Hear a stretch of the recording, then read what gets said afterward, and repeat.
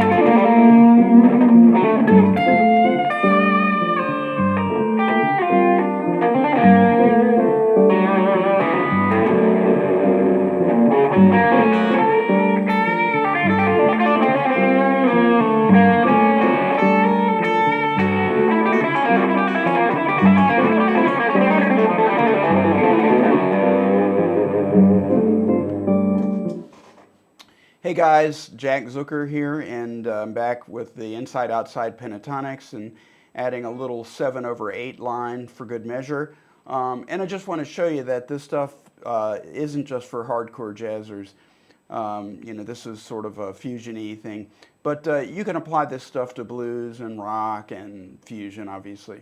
So I want to just talk about what I did here and show you that it's pretty much the same as what I did in the other inside-outside pentatonic sequences. I pretty much just took this sequence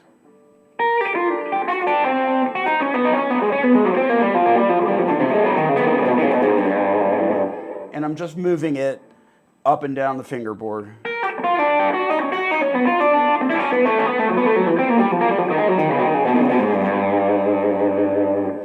But I added a couple other things too, and one of these things I borrowed from Howard Roberts.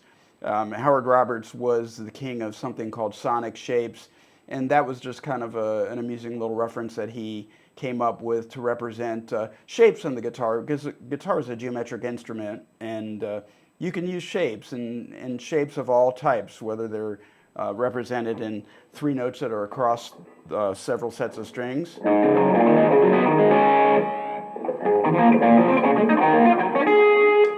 or whether they're patterns that are 1, 2, 4 on a set of strings.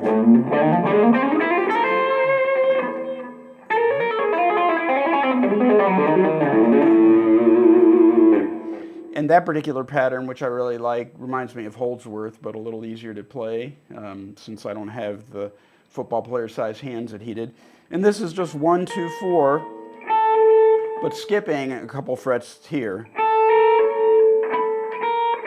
So I'm playing 5th fret, 6th fret, 9th fret. And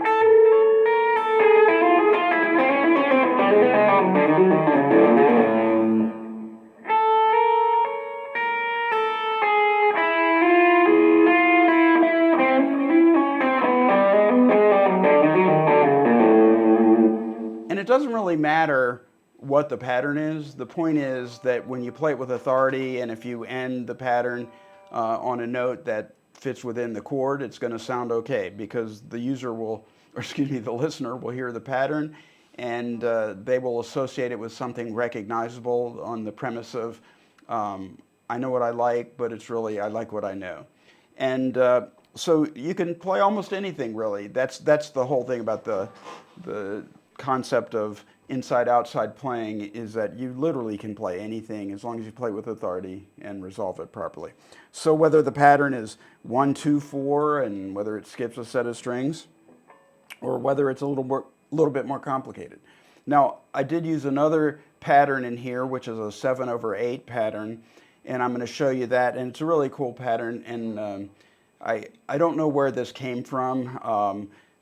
I think what happened was I was listening to some Fiuczynski, and I was listening to some Scott Henderson, and it kind of reminded me of their stuff, but I didn't lift it from any of their records. But this pattern is,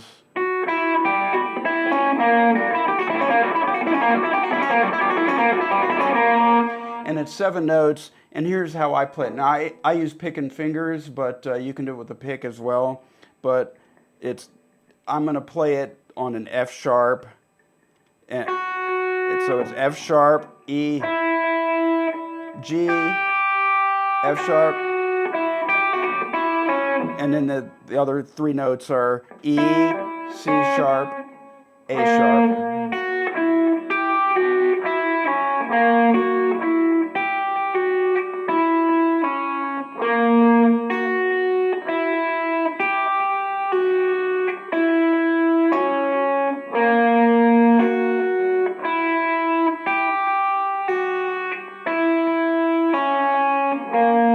And the other thing you may notice is that anytime there are 2 notes on a string, I'm pulling off to get to that second note. So I'm not articulating every note. And that's one of the things that gives it kind of a crazy sound.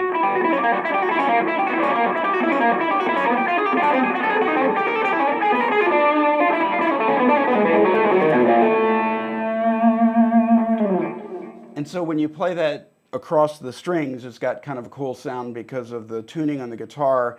It becomes asymmetrical with the tuning between the G and the B string.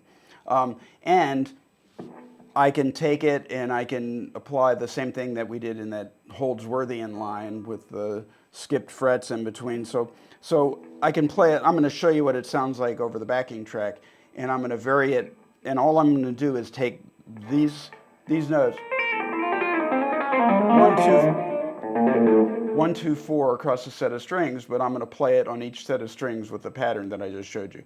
I'm going to play it 2 ways. Once I'm going to play it with those notes.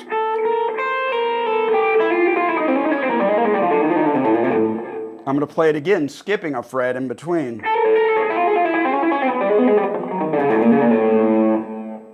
And I'm going to play it with that 7/8 pattern.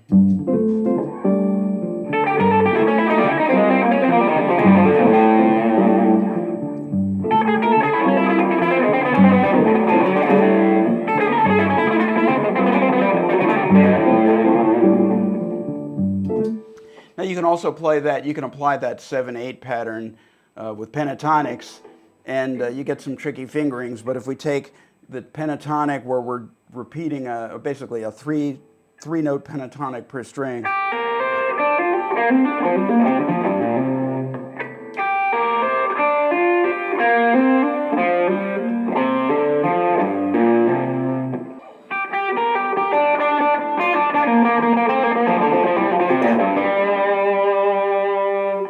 and I can take literally any fingering and apply that 7/8.